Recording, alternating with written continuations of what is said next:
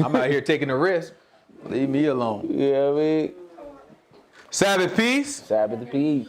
It's another opportunity for us to hear and learn of the word of truth as given to us by the Most High God.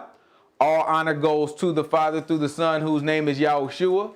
In him lies the only hope for salvation. We know that it is obtained by grace through faith, not of works, lest anyone should boast, and given freely as a gift to all who obey him. We understand that if you do not obey him, it is made obvious or made manifest that you do not believe. In this state you should expect no good thing from the Most High. However, anything that you do get, whether it be a gift of tongues, a gift of prophecy, or any supernatural experience that you may have, it can and it will be used against you in the day of judgment.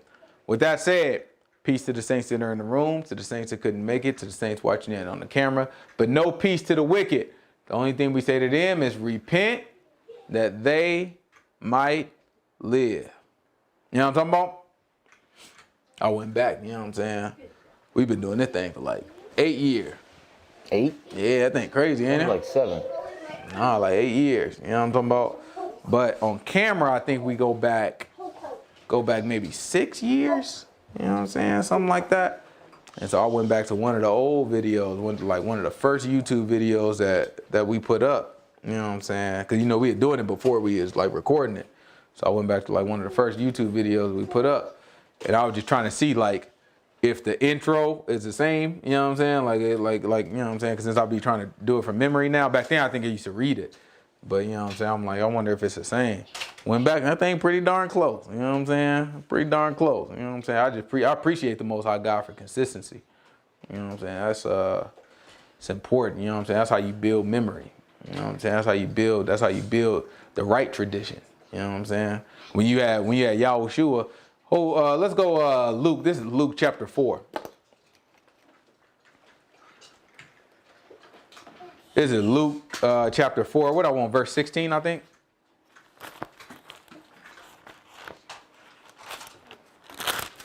This is Luke chapter 4, verse 16. We're going to talk about some stuff today.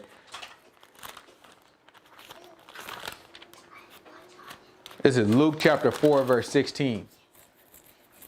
And he came to Nazareth where he had been brought up. And as his custom was. As his what? His custom was. And sometimes we got to have a custom. You know what I'm talking about? The book said, as his custom was. He went into the synagogue on the Sabbath day and stood up for to read. And that's what we do. That's why every time on the Sabbath, we do it on Sabbath night. You know what I'm saying? But every Sabbath night, we get up and what we do? We open up that book. We want to read. We come together and we try to read. Right? It's okay to build. A lot of people come here and they sit here and they stick around just for a little bit. Because you know why? It ain't a whole lot of glitz and glamour. You know what I'm talking about? It ain't a whole lot of, you know what I'm saying? Like, you remember people used to tell us, but y'all need to go out and serve the community.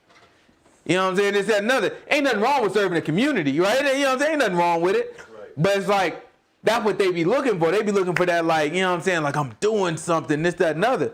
It ain't important. It ain't like they don't get that feeling from reading the book. Like me, teach me about some book. Me learning the book and studying the book, that's enough for me. Because I understand that, like, not everybody can get this. You know what I mean? Like, I understand, like, man, it's a blessing for the Most High God to even let my mind understand this and accept this information. There's a lot of people, same book is being used across the world. You go to church on Sunday for Easter? Y'all didn't go? It's the same book. In Easter Sunday, all these people were sitting here. And they was reading, maybe, or holding, or pretending to read out of the same book that we looking out of. Somehow, we get the correct information. We understand it clearly. We can take it. We ain't got to juck and jive. We ain't got to twist it. We ain't got to say, well, no, actually, that don't mean that. Actually, at that time period, it was God's dispensation to mean something. We ain't got to do none of these acrobatics. What it say is, guess what? Is what it mean. That got that. I have a whole argument with somebody just in there. What it say? How you argue back against that? Like people be sitting here, no, brother, you lying. All I said is what the book say. I'm lying. So you trying to twist something. All I did was read it. How I'm twisting it. I ain't got to say a darn word and they going to call me a liar. Guess who they call a liar then? The word. That's why the book say, man, every idle word you got to be accountable for. People have no idea. They be thinking that mean, speak life into a situation. Shut your darn mouth. I ain't talking about no speaking no darn life. What's speaking life? What that mean? Speak life into a situation. People say stupid stuff. Book that's the thing to get under my skin. Like books in here clearly give you good information. You come up with speak life into a situation.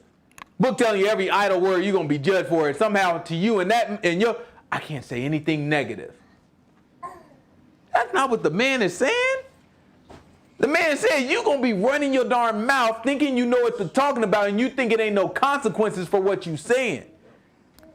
You're going to be sitting here calling people stupid. You're going to be sitting here saying people that they ain't right. You're going to be sitting here rejecting God and don't even know you're doing it. That's why you got to darn be careful. You got to be measured with your darn word. You ain't going to just run out here and just saying whatever you want to say. You got to think about what you darn saying. Well, what I was telling you today, son. Control yourself and get angry. That's right. Why? Because sometimes you could accidentally punch something and break something or hurt somebody. That's right. How you going to feel after you do that? You get mad, you punch somebody, hurt somebody. How you going to feel right after you do it? In trouble. I don't know. That's a good feeling. You feel bad after that stuff. I done been there, you know what I'm saying? I done been there, got mad, you know what I'm saying? You try to make yourself feel like you don't care just because you feel bad and you don't like feeling bad. So you know how I'm going to make myself feel? I don't care. Really, you do care. You know what the cold part is? You tell yourself you don't care long enough, guess what happens? You start not to care. Then that's the worst part. Ain't no coming back from that. If you don't have enough concern for human beings, for other people, it ain't no coming back from that. Most High God said you got to love your brother. All right, let's check it out, man. Last week, what we talk about? Who remember what we talked about last week? Talking about, who's that? Y'all supposed to be sharp. Y'all supposed to be like, boom. We was really... Last week, we were talking about boom. Traditions of men. Traditions of men. Why we shouldn't celebrate Christmas. All that type of stuff. But in Acts, it's right after the argument. We was messing with Lydia in Acts, I think. We was messing with Lydia. What happened around this time? What happened? This is Acts 16. We ain't got to get it, but what was going on? The unclean spirits was following us around. You had the woman, right? Yeah, that's right. What type of spirit she had? The spirit of what? Divination. She had a spirit of divination. And she walked around saying what to Paul and Barnabas? Barnabas. It was Barnabas, Paul and Barnabas. Barnabas, yeah. So they were like, Timothy. I don't think it was Paul and Timothy. Yeah, Paul. I don't think it was Timothy either. Mm-hmm. she was saying it like that was like a man of God or something like that. Yeah, they said these men come telling the truth. And they gonna lead us to the man of salvation. Something I'm paraphrasing, you know what I'm saying? Right? What she was saying we talked about was true. Which led us where? Where we go? We said we looked at an example of a woman saying something factual that we all agree with, yet Paul cast her out and took the spirit out of her. We said, why is that? Why? She was telling the truth. Why would Paul do that? We looked at an example of somebody else who seemed to be telling the truth. Satan. Satan, right? Didn't we look at Satan? And what did Satan say? 3 things. Who remembers them? I think I remember 2 of them. What? They won't die immediately. They won't die. Satan says, surely you won't die if you eat this fruit from the tree of knowledge and good of knowledge of good and evil. He said, surely you won't die. What was the other one? You will be like a god. He said, you will be like God. He said, surely you won't die. God knows that when you eat of it, your eyes will be open and you will be like God. Right? Good job. I appreciate you. Right? So you look at these things, you say, okay, well, hold on. Satan said these three things. And on the surface, all three of them were what? True. True. On the surface, you look at it, you looking like, surely you won't die. Okay, hold on, let me see. Let me see if we can get us a little graphic going real quick. Let me see. Man said, surely you won't die.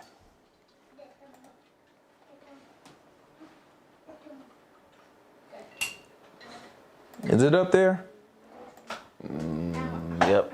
All right, cool. Won't die. Right? Oh my God.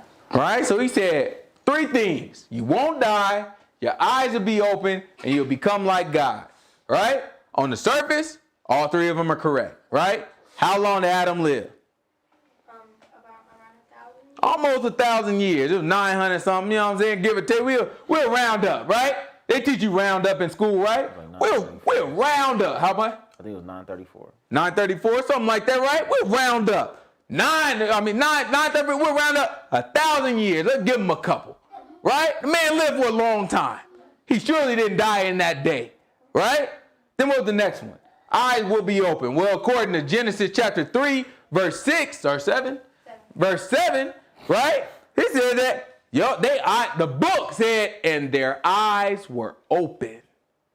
And they knew that they was naked. Right? Then you drop on down to verse 22, and it answered the last one. They're going to become like God. Most High, according to verse 22, what did the Most High God say?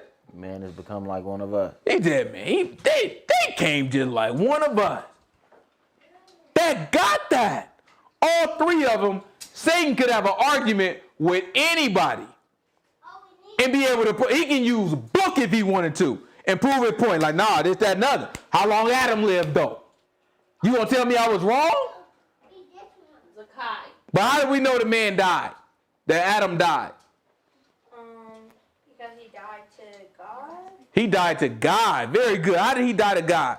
Because God, well, as we live one day, he lives 1,000. That's very good, right? You remember that one. I forgot all about that one already, right? So it's one day is like, so one day to me is how many years to God?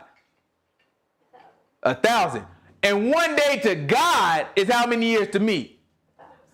So that if Adam lived 1,000 years, He only lived one day to God. was like, God, that was only one day, boy. Sit your butt down. You know, why don't you go ahead and lay down? But then there was another way that he died. He got cut off from the tree of life. You remember at the end of Genesis chapter 3, there was a flaming sword held by what? A cherubim. A cherubim. What's a cherubim? Cherubim. Like an angelic being. Right? Yeah, wasn't it like a weird, like... It's like an angel, right? Just think of it the way we think of angels, not necessarily the pictures that we see in the angels, but the heavenly being, something that's extraterrestrial, right? Something that's celestial, right? That means that it's from the heavens, right? From the skies, right? So this heavenly being, right, had a flaming sword, and it kept the way of life. So if anybody tried to get to the tree of life, what would happen? You're going to get killed. Chop their darn butt up with a flaming dart. You better sit your butt down. I told your butt not to come back over here. Right? It kept it way. And the book said it turned every what? Every which way. That thing turned every which way. In other words, you ever seen Bruce Lee with the nunchucks? That would be like, yeah. And you know what I'm saying? Somebody try to get him from the side. What are you going to do? You know what I'm saying? Hit they book. Look, that cherubim handling that thing like, man, what you mean? Which way you come? Boy, you better stop playing with me. You know what I'm talking about? You better stop playing with that boy. He turned it every which way. You can't find a way back to the life. Right? That means that day, Adam was cut off from life. Right? If you look at it according to the flesh, you miss that. You be like, man, Satan right. And that's why people do it. They be looking at this book. They be like, man, I was talking to a 5%er, or I was talking to a Freemason, or I was talking to some of these people that just think they so smart. And guess what? When you hear them talk, them boys be sounding right. They be sounding, they pull out some stuff, I be like, dang. Let me look that up. Dang, he was right about that. That stuff be sounding right. They turn you away from your God too. But you look at the book and you understand it at the spiritual level, you're like, oh, that's what the Most High God talking about?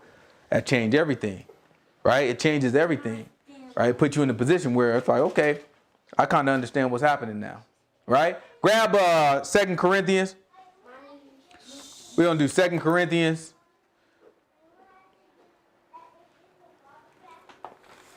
Chapter 11.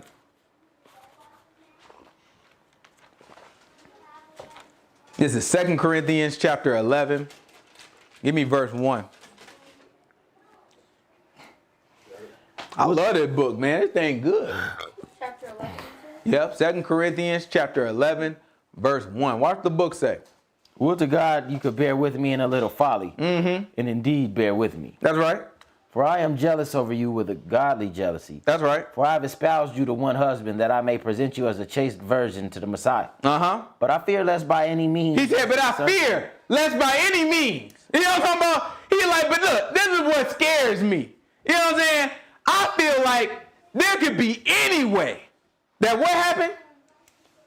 Lest by any means, as the serpent beguiled Eve through his subtlety. The way that the serpent tricked Eve, how did the serpent trick Eve? Through subtlety. By telling her stuff that was technically true. Right? He told her stuff that was technically true. That's how he fooled her. Right? So he says, in the same way, people have to understand these things. Nobody is effectively coming to you and stealing the word from you by telling you something that's obviously a lie. You got to do more work than that. These people waiting for somebody to be like, nah, it's obviously a lie. I mean, but my pastor said. Like, okay, yeah, no, he's a slick talking dude. You know what I'm saying? I admit. You know what I'm saying? We didn't sit in the church. We be sitting there, we scrutinize. They be looking at us like we crazy. Because we scrutinize, because we know how it works. The mass majority of this sermon gonna be like, you really didn't say nothing, but by not saying nothing, technically you didn't say nothing wrong. Right? So it's like we gotta sit there and be like, no, I ain't clapping yet. They look like you just being petty. I will not clap yet. Let me wait. And then you get toward the end of that thing, got your butt. You got your butt. That contradicts, but you know what I'm saying? You get all happy because like I knew he is a liar. You know what I'm talking about? You be looking at these boys because they be lying. But it's hard to catch them because they slick. And let me tell you something. Them is the bad ones. It's some good liars out here. Like, what you gonna do with them? You know what I'm saying? Like, what you gonna do with them? This boy down in Atlanta, you know what I'm saying, I used to listen to. I'm like, man, look, that boy was so good. I knew he was lying. He used to call himself an apostle and everything. But I'd be listening to him like, but that boy be opening up some word, though. You know what I'm saying? I'd be looking at him like, he's wrong. But goodness gracious, he know how to dig and pull. It's not like he one of these idiots that don't know the scripture and just making up stuff.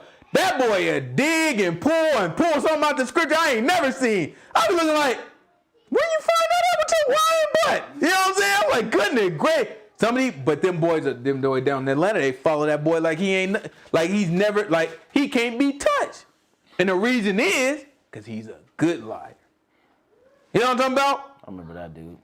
That's what we up against, though. He used to be able to call them things out. Like, give me this book, verse that. You know. That boy, look, let me tell you something. He know them things. That boy, look, he know the scripture. I ain't gonna, you know what I'm saying? I ain't gonna know. That boy's lying. Don't get me wrong. He be lying. But you know, this is why I appreciate the Most High God. If we put him on right now, you know what I'm saying? If we just put his stuff on right now, guess what he gonna be doing in this video? What, he be cursing? Cussing. Cussing. There you go. Cussing like a sailor. In the teaching the book, cussing like a sailor. That's crazy. But I appreciate the Most High God because you look at him, if he didn't do that, Yeah, you would be.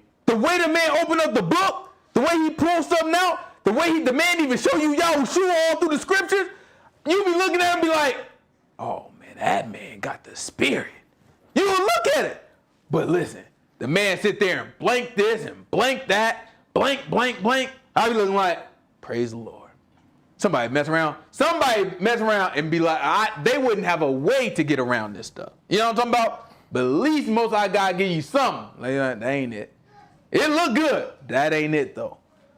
That ain't it. That's why you got to pay attention. Right? That's what we up against. That's the stuff that these people, we ain't talking about TDJ. That boy obviously a darn liar. You know what I'm talking about? Joel Osteen, too easy. We ain't talking about that. Joel, we ain't talking about the darn Pope. All these boy, they obviously liars. These people falling for that though. Right?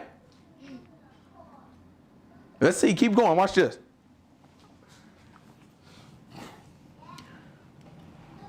As the serpent beguiled Eve through his subtlety, so your mind should be corrupted from the simplicity that is in the Messiah.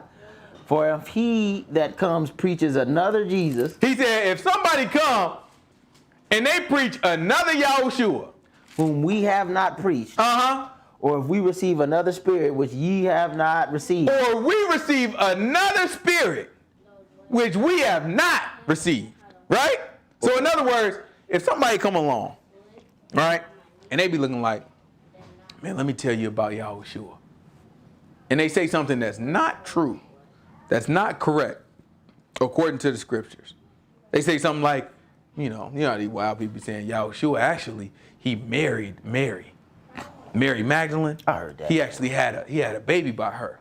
So there's a whole bloodline. And that bloodline comes and they turn into the Jesuits. And they be saying all these weird things, right? You say that and be like, well, that's another Yahushua. What Paul's trying to tell us is if somebody said that, you might well put up with it. Like you might be like, tell me more. You know what I'm talking about? Then he said another spirit. So an example of that would be like, I don't know, you walk in a church, right? And while in this church, they telling you Jesus love everybody. One, that's another Jesus, that's another Yahushua, right? Then after that, they start jumping around speaking in tongues. And you know what they say? The spirit moving in here. Guess what? That's another spirit which we have not received. Right? Watch it. Keep going. or another gospel which ye have not accepted. Hold on. Or another gospel which is, so let me give you an example of that. Another gospel will be like, it doesn't matter what you do, right? You can't do nothing to make God love you any more or any less. You are covered by the grace of God. It's not by your own effort, right? In fact, just come to the front and repeat after me. That's another gospel. That ain't got nothing to do with the good news we've been talking about. That has nothing to do with what's in the book. That's a different gospel. Feels good, sounds good, it's encouraging. That's like easy money, right? But it's not real. And that's what Paul's trying to tell us. He look like it's close to the truth. It feel like the truth. You might even be able to find a Bible verse or two to support it, right? You think you can at least, right? But at the end of the day, it's not real. And that is the subtlety in which the serpent got Eve. He fooled her with stuff that on the surface, it looks true, but it's really not. We're going to talk about Satan today, right? We're going to talk about Satan because these people don't know anything about him, right? We kind of touched on it last week. And then after the study, I was sitting there, rolling all night like, there's so much more. They don't understand there's so much more to Satan. I respect the man. You know what I'm saying? I do. I respect him. I don't play. When I got an opponent, I don't play my opponents off. Whether it's at work, whether it was sports, no matter what I did, I never look at my opponent like, man, I might do it publicly just to make them feel a certain way. But behind, I'm looking like, all right, so I got to worry about this. He doing that. Okay, when he move like that, I can't do it. I used to walk around school back in the day, you know what I'm saying? Be like, scope everybody out. Like, okay, he's the one right there. If he walk up to me, I know I got to swing for real. You know what I'm saying? As soon as he do it, I'm going to wear my red rag. But like when he come up, I'm going to make sure I take a couple steps back and I got something near me. Because I heard about him. You know what I'm saying? Like you scope him out. Now, am I going to say nothing out there? No, I'm going to say, they're going to be like, blank up, blank up, blank up, blank, blank, blank, this is where I'm from. Right? You know what I'm saying? But in reality, I'm looking like, that boy is the real deal. You know what I'm saying? He got something in his backpack, so I know I can't go across the street with him. This dude right here, you know what I'm saying? You scoping them out. I respect every one of them. I ain't playing with these people, right? Well, I look at Satan the same way. I look at the man, I be looking like, that man mean business. You know what I'm saying? Like these Christians be sitting there trying to rebuke him. they got that man messed up. They don't know who they dealing with. Let me tell you how cold Satan is. Satan will be rebuked by your stupid butt. He's just be like, oh, okay, I'm backing off. You know what I'm saying? Oh, you got me. You know what I'm talking about? He'll sit his butt down, so you think. Now, you know how skillful this man, he'll hit you with something up front that's obvious. You get to rebuking Satan, and then he'll slip right in the back through your wife, through your girlfriend, through your, you know what I'm saying, through your children. You know what I'm saying? Through your teacher, who you respect. It'd be something odd. It'd be a devil worshiper come up to you, an atheist come up to you, and be cussing at you and stuff. He'd be like, I rebuke the devil in the name of Jesus. Then you know what you do? You take your butt right to church. You think you rebuked the devil in that atheist. Then you went right to church on Sunday, and guess where the devil is? He whispering in that pastor's ear every night. You know what I'm saying? Lady Smith, who be jumping up, running around the church. Oh, that boy moving her legs. Satan got her leg going just like this. Don't. You know what I'm talking about? And she just moving. Satan got her on the darn treadmill. You ain't never seen her have that much energy. Her knee darn bad. But somehow in church, everybody be looking at that. That's a miracle. Well, look at that. What book you get that from? All right. Keep going. Watch this. Let's learn about Satan. For I suppose I was not a whit behind the very chiefest apostles. Okay. But though I be rude in speech, yet not in knowledge, but we have been thoroughly made manifest among you in all things. Have I committed an offense in abasing myself that you might be exalted? Mm-hmm. Because I have preached to you the gospel of God freely? I robbed other congregations, taking wages of them to do you service. Mm-hmm. And when I was present with you and wanted, I was chargeable to no man. That's right. For that which was lacking to me, he doing what I do. You know what I'm talking about? This is where I got it from. You know what I'm talking about? I ain't asking nobody for it. Darn. Because I know y'all going to use it. You know what I'm saying? I know they going to use it against me. My black butt, you know, they going to wipe my butt up. You know what I'm saying? He just trying to take their money. Is that nothing? No, I don't want nothing from y'all. You know what I'm talking about?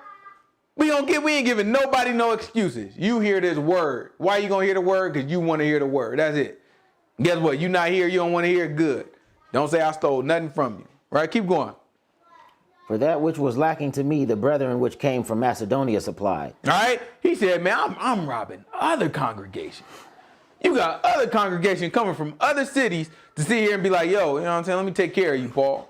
He's like, for y'all, all I'm doing is preaching the word day and night, trying to make sure y'all got it, trying to make sure everybody good.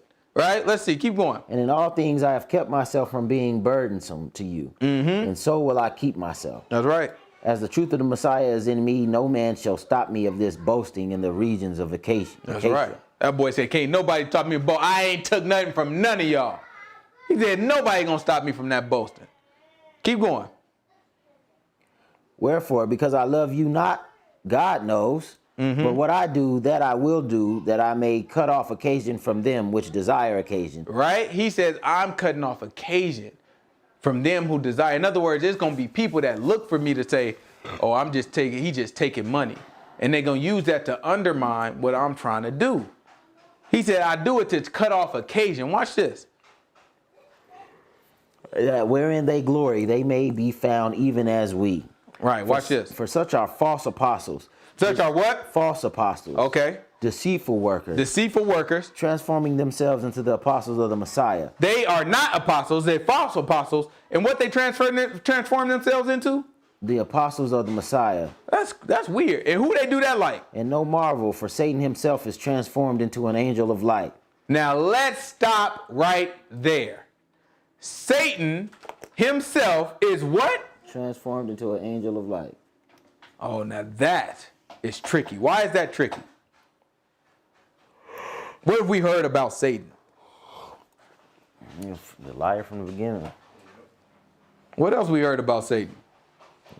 Well, he can transform into an angel of light. What else we heard about him? The accuser of the brethren. What else we heard about him from Christians? You give me all the correct stuff. You know what I'm talking about? He was an angel. What was his name, first of all? Lucifer. His name was Lucifer, wasn't it? And then he was an angel. And what else we know? That he wanted to be like God. He wanted to be like God so bad, didn't he? But what happened? He got jealous of God, kicked him out. He got jealous of God. He wanted to be like God so bad, couldn't. Got jealous of God, and God kicked him out. But what was he before God kicked him out? An angel. What kind of angel, though? Like his most beautiful. Oh, he was the most beautiful angel. He was over music or something like He is over the choir, wasn't he? that. Yeah, something like that, yeah. Oh, goodness. It's a church called Church of Christ right now. They don't have a choir, and guess why? Because of that. Guess why these silly folks ain't got no choir? They said because Satan was over the choir. You can't make this stuff up. Tell me some more about Satan. I want the old Satan.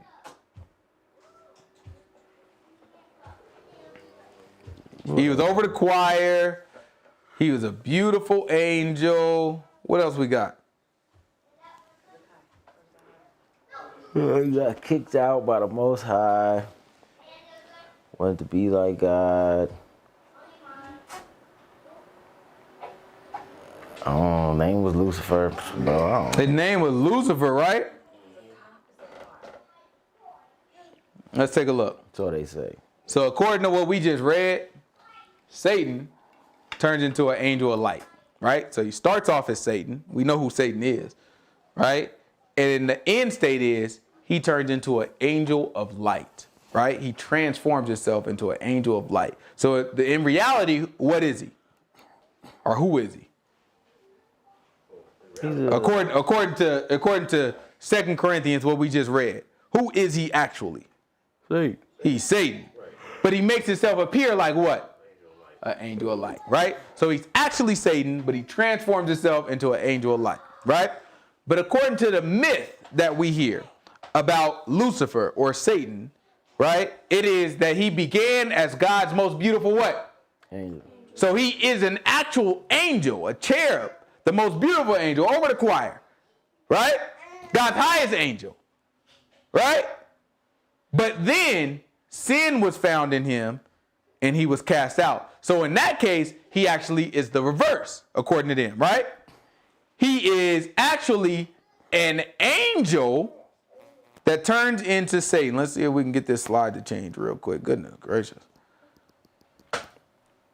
So he is an angel of light that then later turned into Satan, the sinner, right? Do you see that this is the exact opposite of what the book says?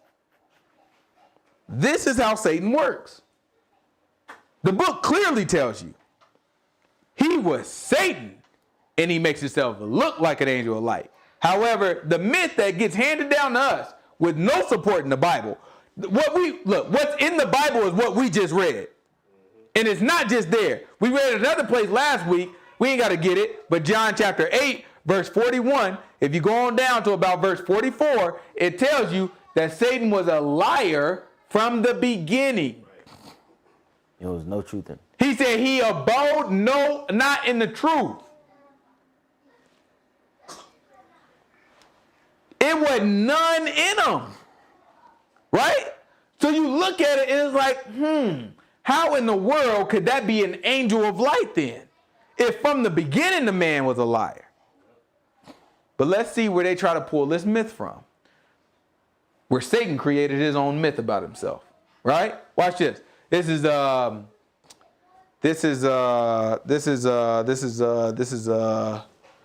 Ezekiel chapter 37. It's Ezekiel chapter 37. Give me verse 11. Ezekiel chapter 37, verse 11.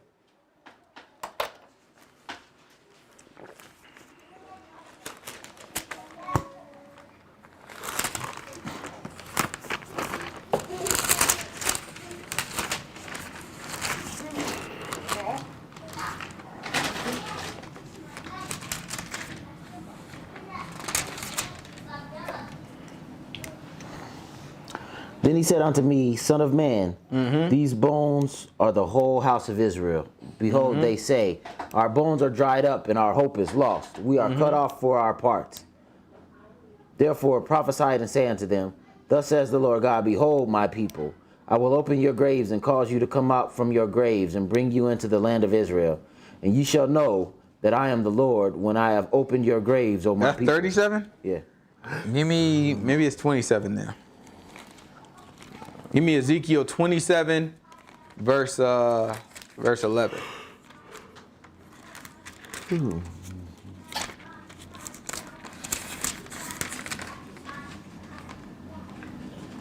The men of Arvad with thine army were upon thy walls round about the Gamadines. Okay, 28. give me, is it 28? Son of man, take up the lamentation on the king of Tyre. That's it? Yeah. So this is Ezekiel chapter 28, verse 11. I said 28. I knew it was 28. I thought it was 37. I don't know where I got 37 from. Moreover, the word of the Lord came unto me, saying, Son of man, take up a lamentation upon the king of Tyre, and say unto him, Thus says the Lord God, you seal up the sum full of wisdom and perfect in beauty. You have been in Eden, the garden of God. Every Look, precious stone was This is why they think it. They say you have been where? in Eden. So who else was in Eden? The serpent, The serpent, who else? Adam and Eve. Adam and Eve And the Most and the High serpent, right? And the Most High God. So people look at it, they looking like, okay, he's talking to who? The king of Tyre. The king of Tyre, right? But they saying the king of Tyre was in Eden. So these people, because they don't understand the book, they look at it and they be like, so he can't be actually talking about the king of Tyre. He got to be talking about one of the people who was actually in Eden. And who was in Eden? He can't be talking about Adam because he dead. He can't be talking about Eve because she dead. Can't be talking about the Most High God because he the Most High God. So who's left? The serpent. So in their mind, forget, they don't even try to figure out why he's saying that he's talking to Tyre. I'm fine with this theory, right? But you got to deal with the fact the man said he's talking about Tyre. You got to figure out why is he talking about Tyre. Open up the book, figure out, make some connections to make that part make sense. No. That part's not necessary. When you're a Christian, you can bypass those steps. You can just make whatever guess you want and be like, that's what it is. So they forget that. King of Tyre, that's no longer relevant to the Christian theory. All they know is it says Eden. And if it was Eden, we know it can't be three, the other three, so it got to be the fourth one, which is the serpent. So that's Satan that it's talking about. So Satan was in Eden. What else we hear about Satan, according to this theory? You have been in Eden, the garden of God. Every precious stone was your covering. He said every precious stone was your covering. The sardius, topaz, and the diamond, the beryl, the onyx, and the jasper, the sapphire, the emerald, and the carbuncle, and gold. The workmanship of thy tabrets and thy pipes was prepared in thee in the day that you were created. You are the anointed cherub that covers. You are the what? The anointed cherub that covers. So that's where they remember cherub. What was covering everything in the Garden of Eden? The cherub. The cherub. Remember that cherub had the flaming sword? So now that's why they call him an angel, because it says you're the anointed cherub. So that's where they get from. He was God's highest angel. That's where they get this myth from. Is any of this talking about Satan? No. This had nothing to do with Satan. This is a parable talking about the king of Tyre. It's giving you imagery that we're familiar with in the book to describe how high the king of Tyre felt. The king of Tyre felt like he was the man. In the scriptures, Tyre was always a city that had a lot of money and wealth because a lot of people traded with Tyre. They had all of the good wood, and they sat on the ports of like the waters and stuff like that. So Let me show you something. I mean, I know our temple was built by half of the stuff from Tyre in Lebanon. Let me see if I can pull this up real quick. That's where Solomon got a lot of his stuff. Oh, okay. You know what I'm saying? So Tyre had like a lot of good stuff. All right. So look. This is us. All right. Hold on. Let me put it on the big screen real quick so everybody can see it. You know what I mean? Our people was right here, Israel, right? We is in this area, right? Most of the known world was right here. Right? All in here. Then you had a whole bunch of people out here. You had a whole bunch of people down here. Right? So this area right here, the known world. Right? Most people is going by land. Right? There are going to be people coming by sea, and guess where they're going to be? Right in here. So Tyre is in this area right here. Right? So they had the passage from these people and these people. So everybody had to come through Tyre. So guess what? Tyre set up shop. If you on a boat, you coming through Tyre. If you on land, you coming through Tyre. So Tyre set up all the markets. A very wealthy city. Right? And you coming through here, nah, I got your carpet for you. What you want, a new carpet? What you want? What you got? Oh man, nah, you got them. Oh, I got new clothes for you. Don't even worry about it. When you pass through, it's like a big mall. Right? Tyre in Lebanon was like with Tyre, right? Run by the same people, right? Well, I don't know if they're run by the same people, but it's right next to each other for sure. But I have to look into if they're run by the same people. Right? So that's the area. Watch this though. Keep reading because it's going to make sense when you know the facts. It's going to make sense why he's saying these things, right? So we have to keep two things in our mind. We have to keep the truth, right? That Tyre is just a merchant city that was exalted. They felt like they, you know what I'm saying? The Most High God is giving you imagery to kind of describe how they felt about themselves, right? And then the truth, that's the truth. So then the lie is we got to look at how these Christians try to get Satan out of this situation, right? It's important for us to know how people make their mistakes because it helps us not to make the same mistakes, right? So let's keep going. You are the anointed cherub that covers. I have set you so. You was upon the holy mountain of God. You have walked up and down the midst of the stones of fire. You was perfect in your ways from the day that you were created till iniquity was found in you. So hold on. This is for them, this is talking about who? For the Christians, this is talking about who? Satan. It's talking about Satan. So Satan was what in his ways? Perfect. Perfect in his ways until when? Iniquity was found in you. Does that sound like what Paul described? No. Because Paul described what? Satan transformed himself into an angel of light. Satan is Satan, and he made himself appear to be an angel of light. This is saying that, no, you were actually perfect, and then you later had iniquity in you. What we got right there? Go to 1 John chapter 3, verse 8.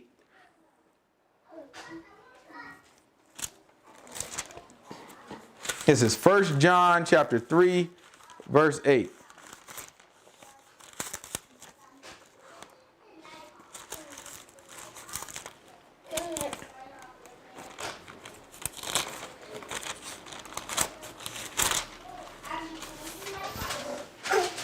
He that commits sin is of the devil, for the devil sins from the beginning. He does what? Sins from the beginning. So how does that work? Again, we've seen something now that's telling us the same thing over and over again, right? Christians are telling us the angel turned into Satan. Meanwhile, the book is telling us that Satan makes himself look like an angel. Satan from the beginning sinned. Satan from the beginning was a liar, right? They want us to believe that he was perfect and without sin and God's highest angel and later sinned. It's contrary to what the word is actually saying. That can't be Satan. If it is Satan, the book contradicts. It's no way it can be Satan. He talking about the king of Tyre. Keep reading. Watch this.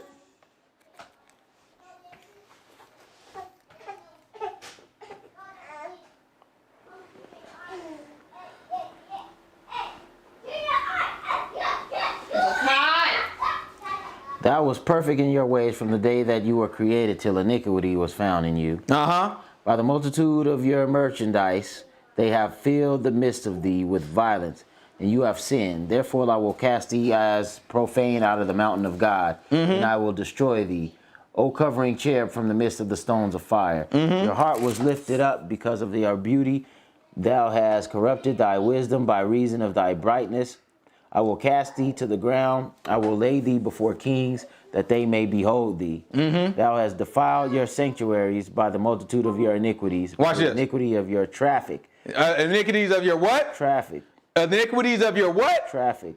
Everybody was coming through there sinning. Right?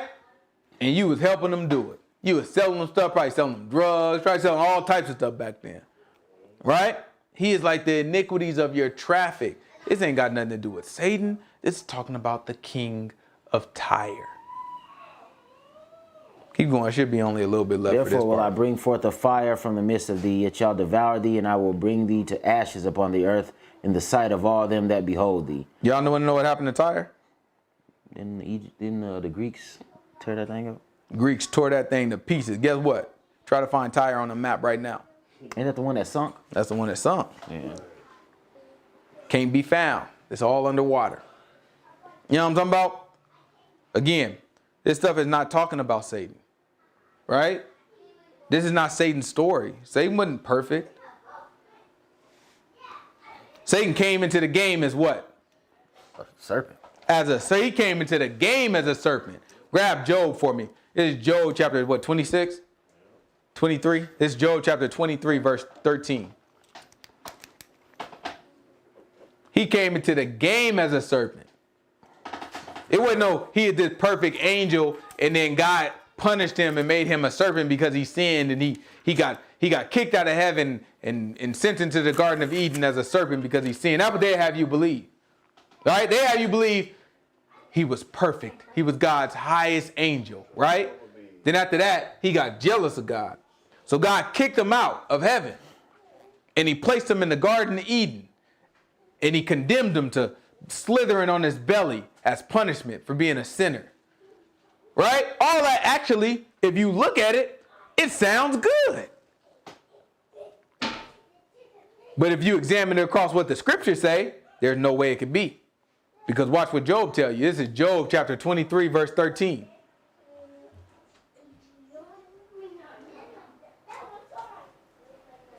But he is in one mind, and who can turn him? And what his soul desires, even that he does. For he performs the thing that is appointed for me. That's Job chapter 23? Yeah. I know what you're looking for, but I don't know if it's in the 20s. You sure? Yeah, that's 22. Let's see. Let's try 26 then. Job chapter 26.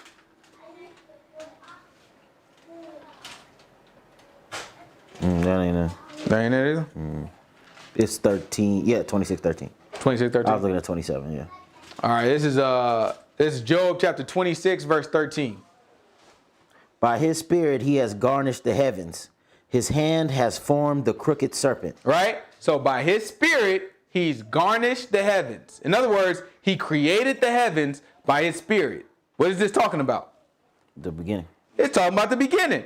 And then right after that, he said he created what? His hands formed the crooked serpent. Listen, when he made him, he was the crooked serpent. And notice that it put crooked in there. It didn't just say serpent, like, oh, he used to be a good serpent. Serpents were wonderful. No, the man at his inception, while he was made, he was crooked. That's his beginning. If you want to know the history of Satan, this is where it starts. He started out as a crooked serpent. Exactly what we read about in Genesis chapter 3 when he was introduced. That's exactly the way the Most High God made him. There wasn't a trick. You didn't fool. Tell me how you think you're going to fool God. God, who know everything, somehow thought an angel was perfect. And then, oops, later it was iniquity found in you. I didn't see it before. I had no idea. Everybody else, Most High God tell you, this is what you're going to do. You're going to end up sinning against me. Because God, give me one time where God was surprised by somebody sinning. This stuff don't even make darn good sense. This is the beginning of Satan. This is his birthday. Right? He was formed as a crooked serpent. From that point, grab Job chapter 1. Gosh, boy. It's Job chapter 1. Give me verse 1. There was a man in the land of Uz whose name was Job, and the man was perfect and upright, and one that feared God and eschewed evil. And there were born unto him 7 sons and 3 daughters.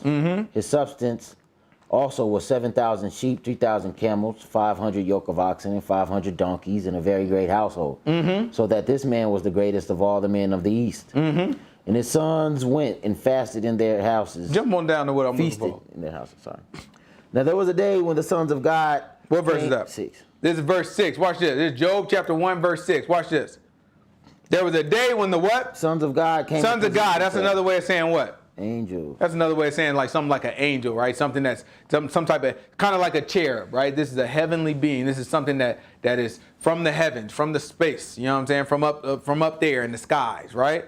So this is the heavenly beings, right? The creatures that are sons of God because they were directly created by God, right? It wasn't like us where you create Adam and then Adam has, you know what I'm saying, has babies by his wife. You know what I'm saying? Eventually you get down to us. It's not like that. God directly created them. He formed, just like he formed the serpent, right? He formed them right from his hands, right? So these are sons of God, and watch who's with the sons of God. Now there was a day when the sons of God came to present themselves before the Lord, and Satan came also among them. Now, like I just said, sons of God directly created by God, right? The serpent was formed by whose hands? God. Directly created by God. Doesn't it make sense that all of the sons of God would be together? Satan is one of the sons of God in that sense. That's why he was with him. The man, listen, the man was created as a serpent, right? The man always had access to the Most High God, as you can see. Watch this. Sons of God presented themselves to the Most High, then what?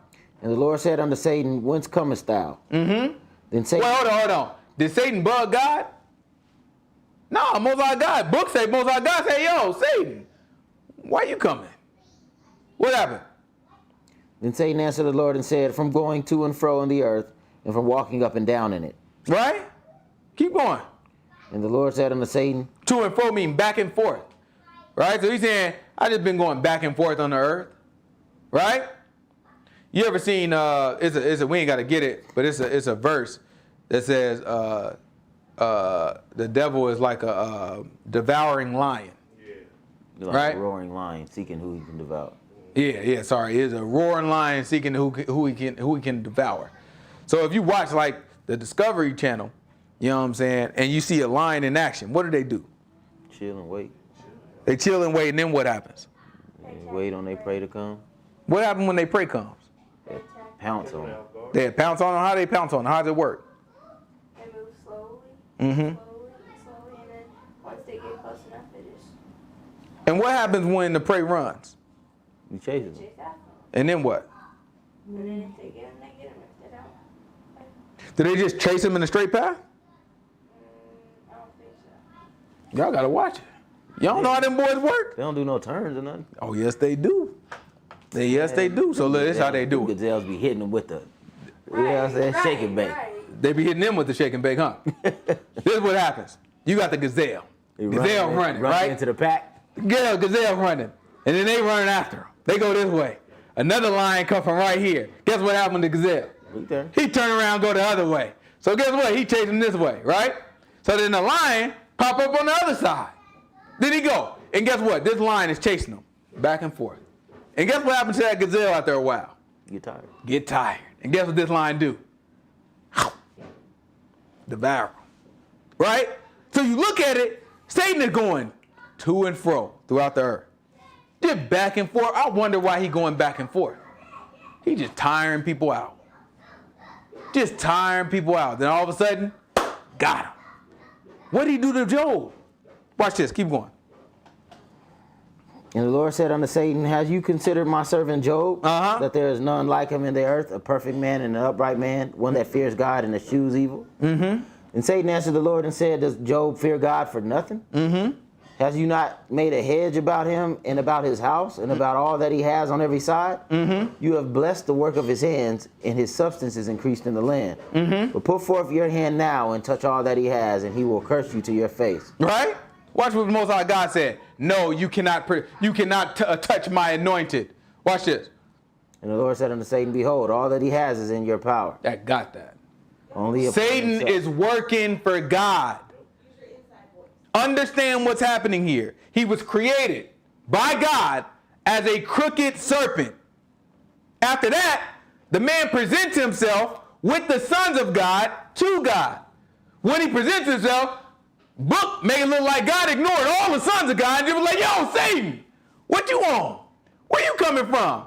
And I was just going back and forth, you know what I'm saying, going through the earth, up and down it. You know what I'm talking about?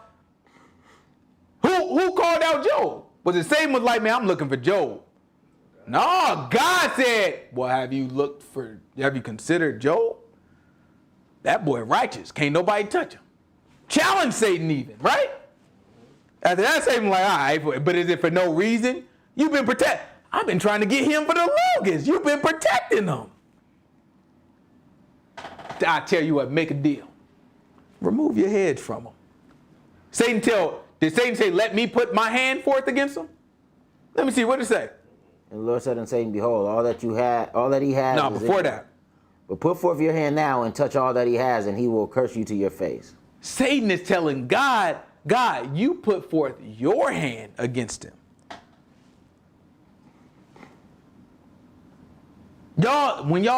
These people be thinking it's Satan. And they find themselves fighting against God. All because you don't know the role that Satan plays. Satan is a pawn of God. Satan is God's way of challenging you. He wants to know, are you standing for him or not? Y'all sitting here spending all this time trying to rebuke the devil. Satan, get behind me. No, that's what God says. Because God can say that because he owns them. Your butt can't say, sit your butt down. Grab Luke chapter 10. Watch this. This is Luke chapter 10. Give me verse 17. These people need to know the history of Satan. Man was created as a crooked serpent.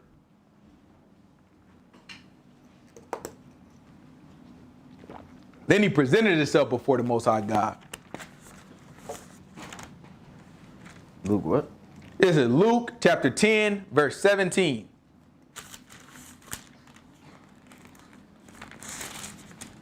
Luke chapter 10.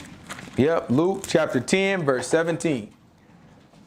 And the 70 returned again with joy, saying, Lord, even the devils are subject unto us through your name. This was something special to them. They said, listen, through your name, even the devils are subject. Even the devils obey us. By your name. Why would Yahushua's name give them authority over the devils in these situations? Because he went with the Father. Yahushua owns him as being one with the Father. So he gives them this power. He said, man, even the devil, man, they all listen to us. Watch this. And he said unto them, I beheld Satan as lightning fall from heaven. I saw what? He said, I beheld, which is saying I saw, right? Watch it. What's this? Satan as lightning fall from heaven. He said, Satan, just like lightning, he fell from heaven. Yahushua, he just gave them a vision. He said, I beheld Satan like lightning. He fell from heaven. What could this mean? And why is he saying it now? Because you let the Christian tell it, he fell from heaven a long time ago. Grab John chapter 12. Let's talk about the history of Satan, right? We know how he started. He didn't start as the highest angel, the man over the choir. You know what I'm saying? He didn't start none of that. He started as a crooked serpent. He was formed by the hands of God as a crooked serpent, right? This is John chapter 12. Give me verse 27. John chapter 12, verse 27. Now is my soul troubled, and what shall I say? Father, save me from this hour, but for this cause came I into this hour. Watch this. Father, glorify your name. Then came there a voice from heaven saying, I have both glorified it and will glorify it again. Now watch this. The people therefore that stood by heard it and said that it thundered. Others said, an angel spoke to him. Yahshua answered and said, this voice came not because of me, but for your sakes. Now is the judgment of this He said, now is what? The judgment of this world. Why? Now shall the prince of this world be cast out. Now shall the prince of this world be cast out. Why is the prince of this world just now being cast out? Because Yahshua is going up. And if I be lifted up from the earth, will draw all men unto me. This he said, signifying what death he should die. I want one more. Give me John chapter 14. You're going to have to help me out with where it's at. John chapter 14. I can't think of what this one is. I want to say it's a double-digit verses, but I'm not sure. John chapter, let me see. John chapter 14. It's going to be maybe 28. I feel like we might have overshot it with 28. What 28 say? You have heard and I said unto you, I go away and come again unto you. If you love me, you will rejoice, because I said I go to the Father. Okay. This is like, if you love me. It's there. It's somewhere in there. I just don't know if it's before that or after. Comforter. It's in the Comforter after that? Keep reading it. Maybe it's after that. 16, verse 16. Yeah, keep reading. Maybe it's right there. Okay. If you love me, keep my commandments, and I will pray the Father. That's verse 16? 16 is, I will pray the Father, and he shall give you a comforter, that he may abide with you forever.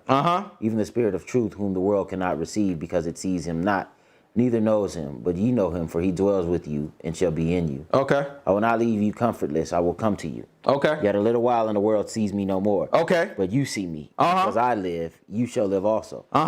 At that day you shall know that I am the Father in you, and that I am in my Father, and you in me, and I in you. He that has my commandments and keeps them, it is he that loves me. And he that loves me shall be beloved of my Father, and I will love him, and will manifest myself to him. That's right. Judas said unto him, not Iscariot, Lord, how is it that you will manifest yourself unto us and not unto the world? Okay. And Yahshua said unto him, if a man love me, he will keep my words, and my Father will love him, and we will come to him, and make our abode with him. He that loves me not keeps not my sayings, and the word which you hear is not mine, but the Father's which sent me.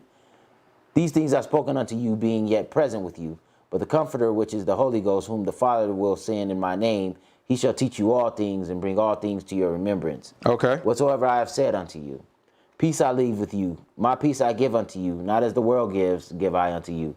Let not your heart be troubled, neither let it be afraid. You have heard how I said unto you, I go away and come again unto you.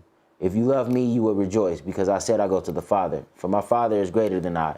And now I have told you before it came to pass, that when it has come to pass, you might believe. Jump on down to verse 30.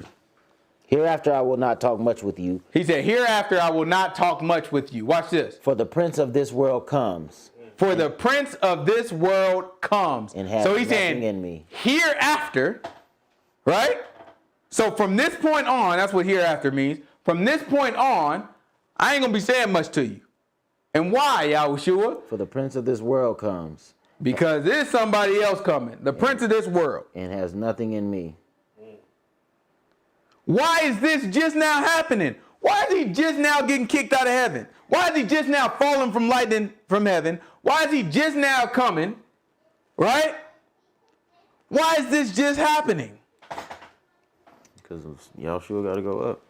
Ain't no place for him up there no more. It's Revelation chapter 12. We got to get to Revelation, but it's a few things. It's a few things. We going to call it prerequisite. When you go to college, you know what I'm saying? In certain classes, you might want to jump right into, you know what I'm saying? Well, I want to get right. I'm good at math. I want to take algebra, 6. You can't jump right into that. You can't jump right into algebra. You got to take math 101. You got it. That's a prerequisite. You need this before you get there. We got to get to Revelation, but it's some prerequisites. Before we get out of all the epistle letters, we got to understand a few things. One, got to understand that we the Hebrews. Ain't going to make sense. You know what I'm saying? There's a whole lot of stuff that's going to be, you got to understand that we the Hebrews. 2, you have to understand who Satan is. You can't believe these myths about Satan and try to understand Revelation. It's just not going to work. It's just going to whoop. And thirdly, you got to understand the basics, the foundation of the gospel. You got to understand what sin is. What does it mean to repent? What exactly you're repenting from? How do you make it into the kingdom? How do you put your faith towards God? How do you pray? How do you lay on hands? Right? What is judgment? What is the judgment of God? Right? All these things you have to know. Let's keep going. Watch it. What else send you to? Revelation chapter 12. Give me verse 1. Watch this. Revelations what? Revelation chapter 12, verse 1. All those things we're going to have to cover before we get to Revelations. Right? We about to touch in Revelation right now just to help y'all understand what Satan is. But before we touch Revelation, we're going to have to fully explain Satan. We're going to do that tonight. We're going to finish this out tonight. Right?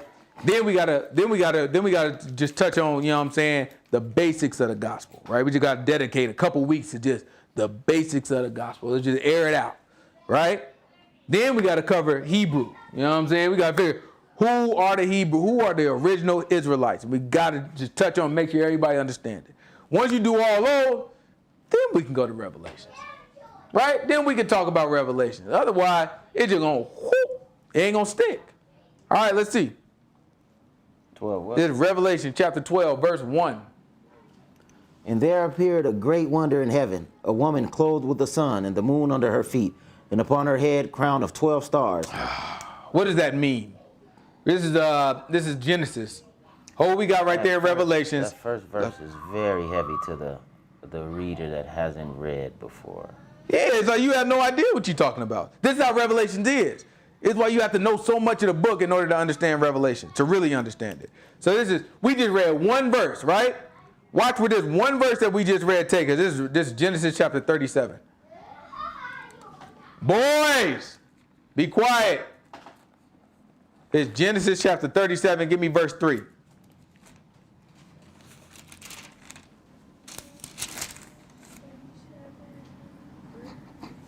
Now Israel loved Joseph more. Israel. Who is Israel? Jacob. Jacob, right?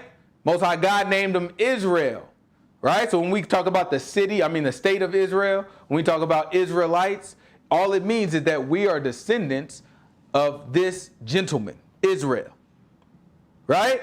So this is Israel, and if you ever heard the sons of Israel are his children. The sons of Israel broke up into 12 tribes, right? It's important to understand this. Watch what's happening right here. Israel loved Joseph more than all his children because he was the son of his old age. Mm-hmm. And he made him a coat of many colors. Mm-hmm. And when his brethren saw that their father loved him more than all his brethren, they hated him and could not speak peaceably unto him. Mm-hmm. And Joseph dreamed a dream, and he told it to his brethren, and they hated him yet the more. Mm-hmm. And he said unto them, Hear, I pray you, this dream which I have dreamed. Watch this. For behold, we were binding sheaves in the field, and lo, my sheaf arose. He said, we in the field, right? And we binding sheaves, right? In other words, let's say wheat. We picking wheat, we bundling it up, and then we wrapping them, right? So that all the wheat stays together in the one bundle, right? So we bundling up wheat, and then what happened? And look, my sheaf arose and also stood upright. Right? So he said, when I had my bundle, I put it on the ground, and that thing stood up straight in this dream, right? But what else happened? And behold, your sheaves stood round about and made obeisance to my sheaves. So he said, and your sheaves was around mine. They circled mine, right? How many brothers he got? 11. He got 11 brothers. He said, all y'all sheaves made a circle. There's 11 of y'all. And they made a circle around, and they paid obedience. In other words, they bowed down. They worshiped mine. Watch this. And his brethren said unto him, Shall you indeed reign over us? He said, but y'all gonna be king. You, young boy, you gonna be a king over us? He the second to the youngest. You gonna be a king over all us? We done lost your mind. I'd knock you out, boy. What's wrong with you? I think at this point he was the youngest. Yeah, they might not have Benjamin might not even been in the picture yet. They come to later, right? Yeah. I don't know. I'm not sure because he's 17 here, so I'm not exactly sure. But you know what I'm saying? I remember he was like, what younger brother? Go get him. Oh, that's right. That's right. Yeah, that's right. Yeah, that's right. Or shall you indeed have dominion over us?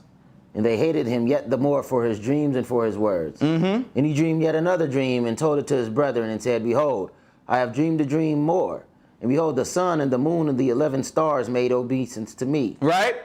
Sun and moon and 11 stars. Remember that. Sun, moon, and 11 stars.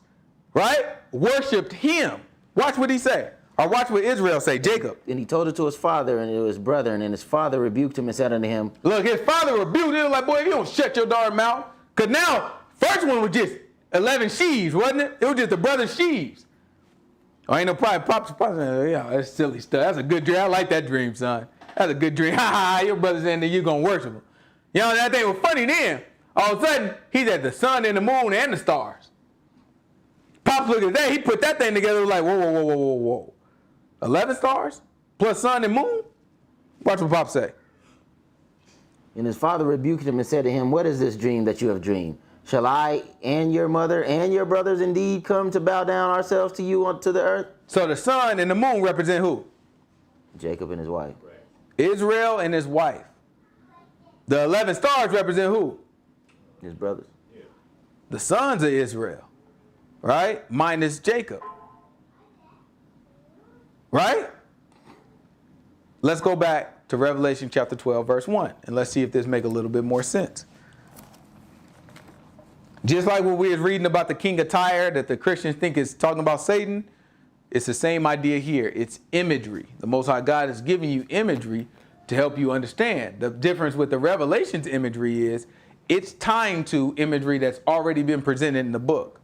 It's like the best of, right? It's like a compilation. You know what I'm saying? So it's pulling stuff that was already in the book. And for anybody who's familiar with it, you'll be like, oh, that's talking about this. Or, oh, that's talking about that. Right? But if you're not familiar with it, you just darn to make a mess. Right? So watch this. This is Revelations chapter 12, verse 1.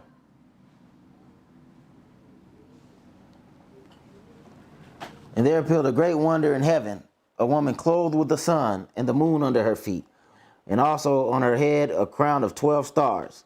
And she So you see that? Clothed with the sun, a moon under her feet, and what else? And upon her head a crown of 12 stars. 12 stars. Who do you think this woman represents? Israel. Israel. Right?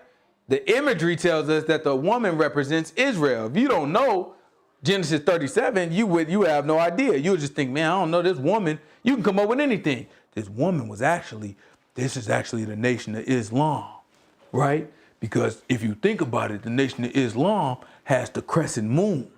And the crescent moon, you know what I'm saying? And they got the woman. You come up with anything. It could be anything for you. You pick whatever you want to be because you don't have nothing, no standard. You don't have nothing to hold it to.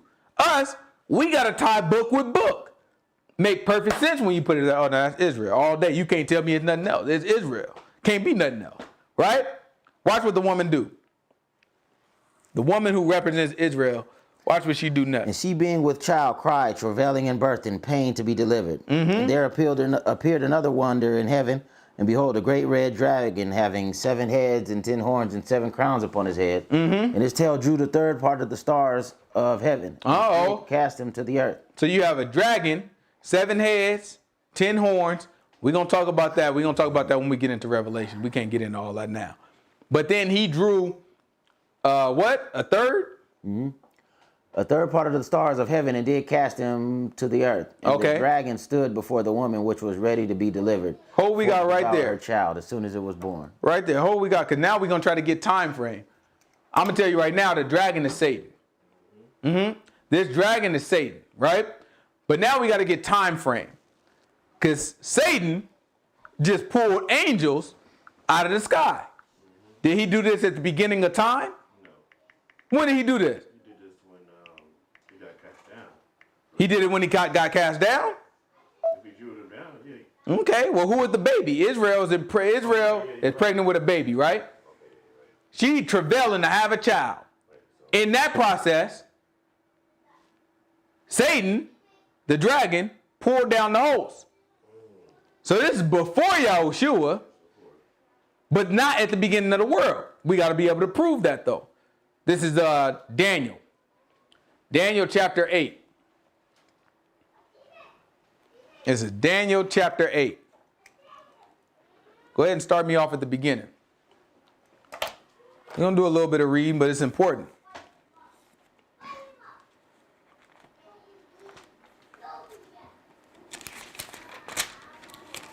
This is Daniel chapter 8. Let's start at verse 1.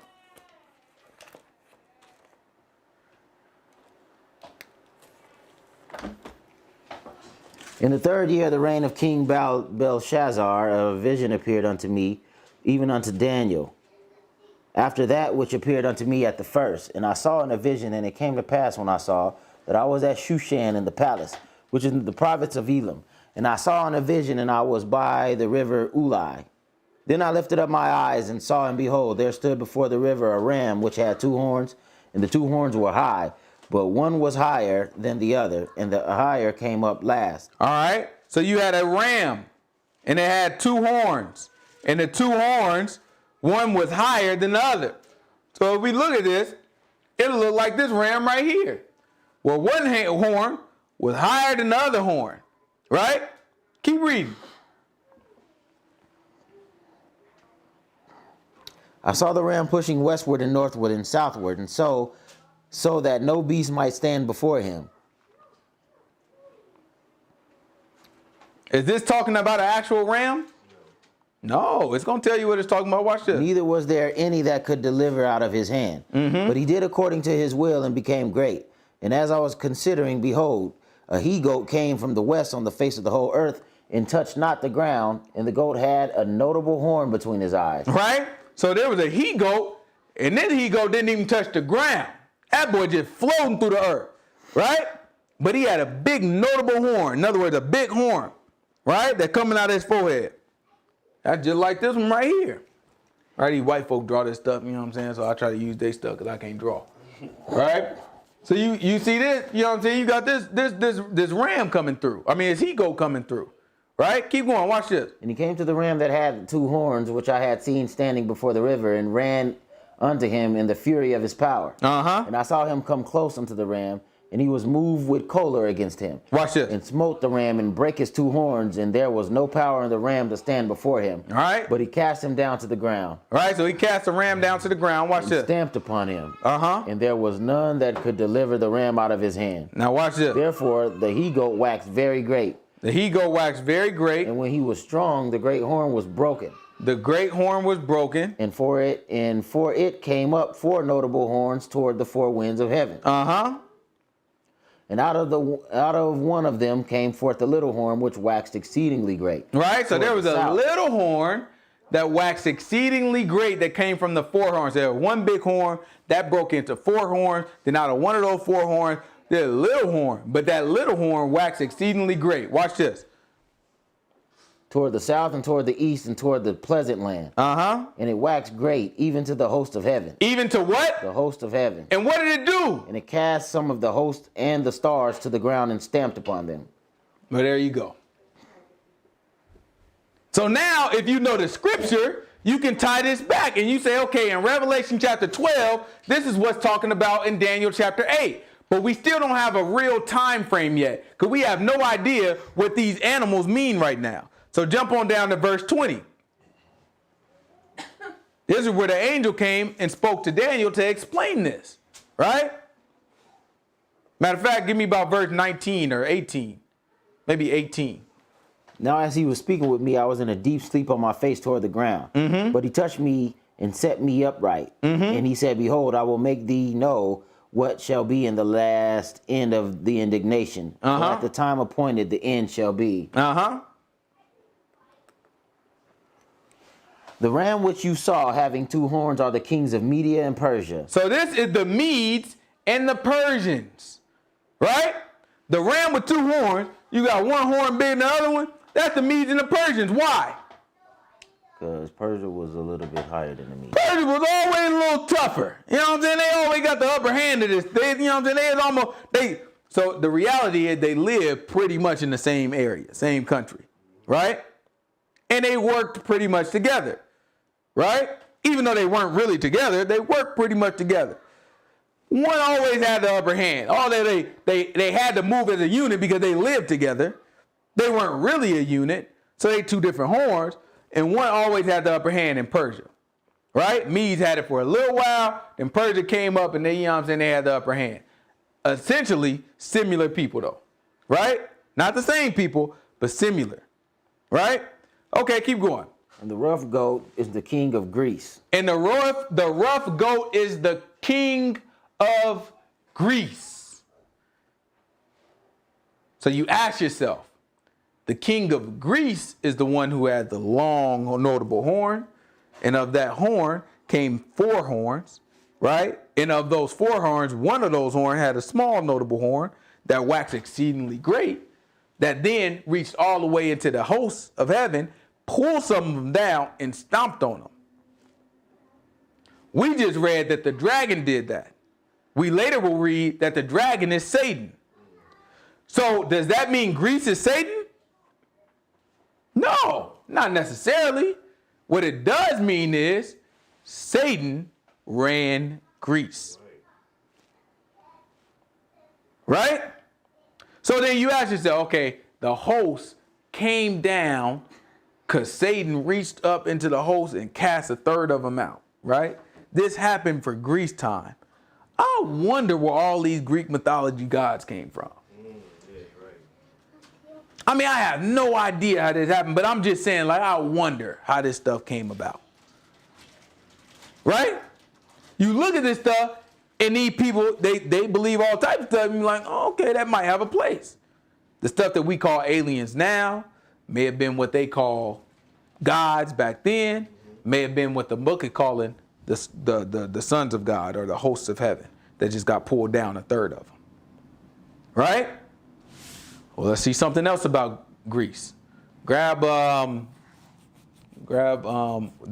really not Greece. Well, it says Greece in our book, but the actual word is Ionians, right? It's Yavon in our book. It's the Ionians. And the area of the Ionians is not just where Greece, what we know of Greece today, it's actually what we know of Turkey today also, right? So let's look at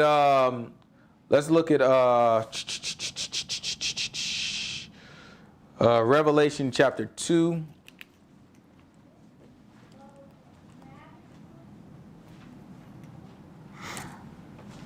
I think Revelation chapter 2. Give me verse.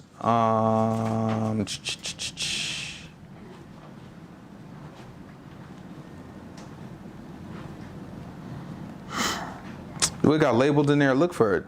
Pergamos.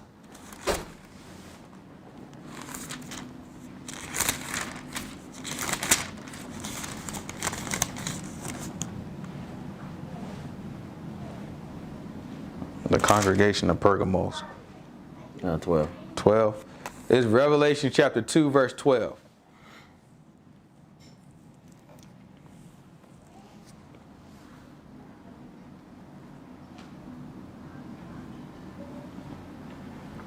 It's Revelation chapter 2, verse 12. And the angel said to the congregation in Pergamos, right?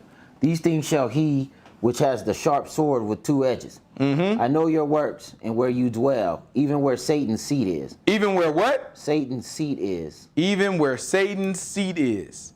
So now we need to know, where is Pergamos? So if we look at the map, Pergamos is right here. So this is where Israel is. This is where Africa is. This is where Greece is. And right across the water, right there, Pergamos.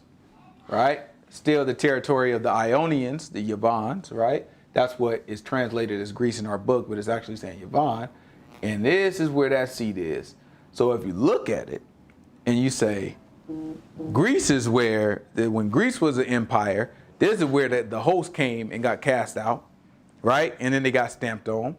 That's what happened right before Israel had the baby, which is Yahushua, right? Then that means Greece is a major part in this. And then even in Revelations, it says, look, where's the seat? According to the book, the seat of Satan is right here in what is now modern day Turkey. Right? All of this means something. we just have to know who is Satan. Right? Satan then moves on and goes into the Romans. Right? Because the Greeks were taken over by the Romans. And then the Roman Empire. And then it grows from there. If we don't know this stuff, then Revelation gonna go over our head. Right? This is who Satan is. He got kicked out in Revelation chapter 12. Right? So we're gonna talk more about it. We're not gonna talk more about it tonight, but we're gonna talk more about it when we get into Revelations. And we're gonna try to finish out that story. We're gonna see that Yahushua comes into the heavens, right? He comes into where God dwells, and then Satan no longer has access. Remember, Satan was always to and fro. He was created as the serpent in that garden. Right? And he always had access to go to and fro on earth and present himself to the Most High God. When Yahushua got up there, he no longer